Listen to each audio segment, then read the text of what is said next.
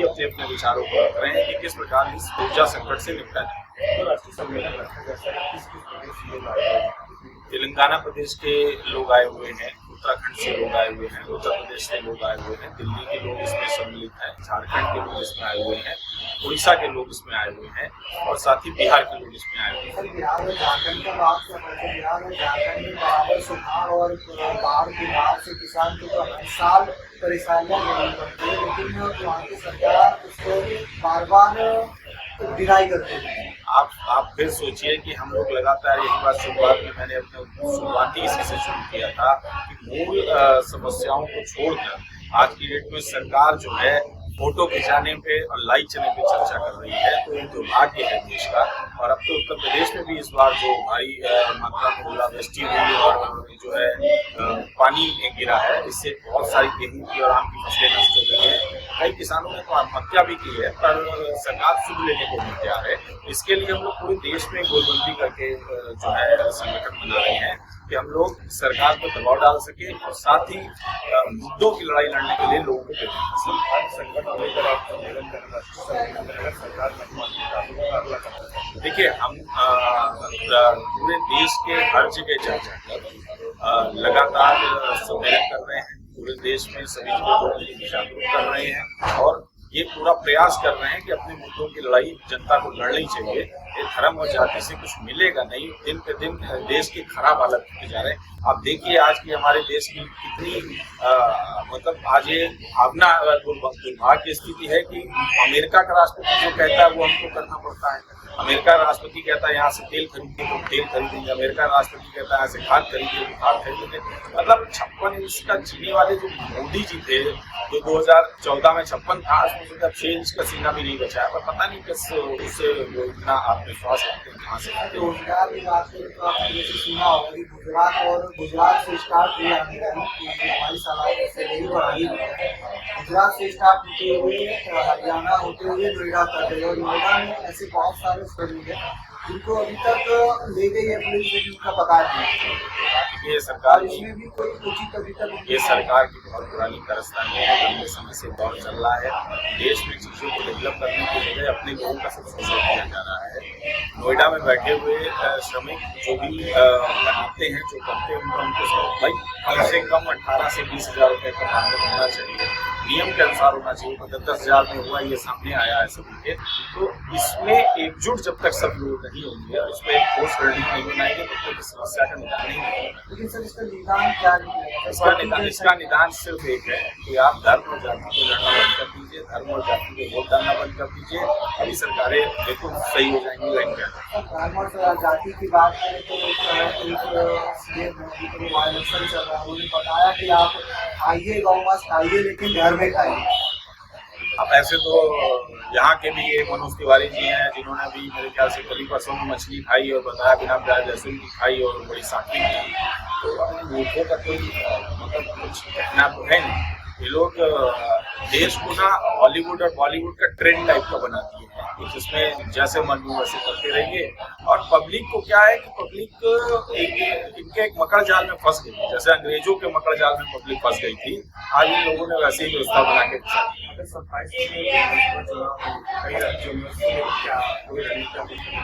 27 में हम लोग लगातार सबसे बात कर रहे हैं। इस बार अगर पूरी ताकत लगा के बीजेपी को हमको लोग कोशिश करेंगे कि इस बार वापस वो सत्ता में रिपीट ना करें, क्योंकि अभी देश के लिए बहुत खराब स्थिति है और प्रदेश के लिए मेरी सरकार देश जो आगे की गई है मेरी सरकार नहीं संभव थी और किसान जो खुशहाल है, आए दिन किसान आत्महत्या करे। राजस्थान ऐसे स्टेट में वो अलग बात है, लेकिन उनका बराबर दावा आप उड़ीसा में लगातार किसान प्रदर्शन कर रहा है, आदिवासी प्रदर्शन कर रहा है, टीवी पर है चैनलों, ठीक। मध्य प्रदेश में कर रहा है, दोनों जने उन्हीं की सरकार है। राजस्थान में कर रहा है, उन्हीं की सरकार है। उत्तर प्रदेश में कर रहा है, उन्हीं की सरकार है। आप देखिए जहां जहां उनकी सरकार है सब जगह तो किसान प्रदर्शन कर रहा है, आदिवासी प्रदर्शन कर रहा है। खुशहाली कहाँ पे है? खुशहाली उनके चंद मीडिया चैनलों पे है और उनके अपने कुछ सोशल मीडिया अकाउंटों पे है, जिसपे वो लगातार बेशर्मी से बताते रहते हैं कि देश खुशहाल है। आप खुद देखिए जिस तरीके से नोएडा में आप कह रहे हैं कि मजदूर लापता है, जिस तरीके से आप कह रहे हैं कि उत्तर प्रदेश में जो हालात है, कहाँ से खुशहाली है, कहाँ राम राज्य है, कौन सा खुशहाली है? तो आपके सामने है, इसमें कुछ कहने वाली बात नहीं है। लेकिन अब ये है कि हर बार झूठ बोल के अब तब तक ये लोग चलाएंगे। जैसा कि सर अभी 5 राज्यों में चुनाव चल रहा है, 5 राज्यों में उनका दावा है कि वो 3 राज्य चल रहे हैं।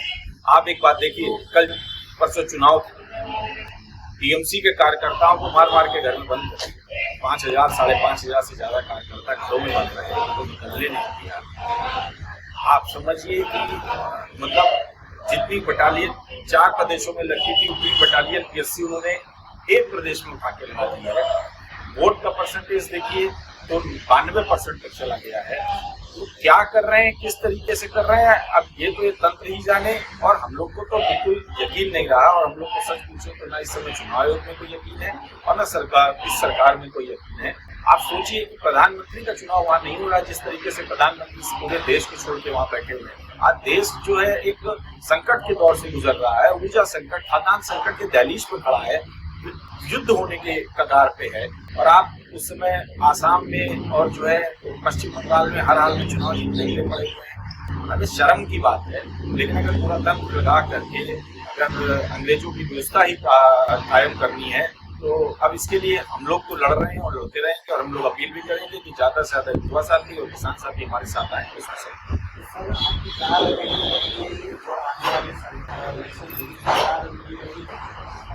गांधी जी की रणनीति थी, भगत सिंह जी की रणनीतियाँ थी, और इलेक्शन में आज के जमाने की जो रणनीतियाँ हैं, हम लोग इलेक्शन सबको मिला के जो छोटे दल हैं जो बिखरे पड़े हुए हैं उनको एक जगह ला के सबको एक जगह समाहित करके मुख्य मुद्दों को समाहित करके प्रयास करेंगे कि इस बार हम लोग अच्छे से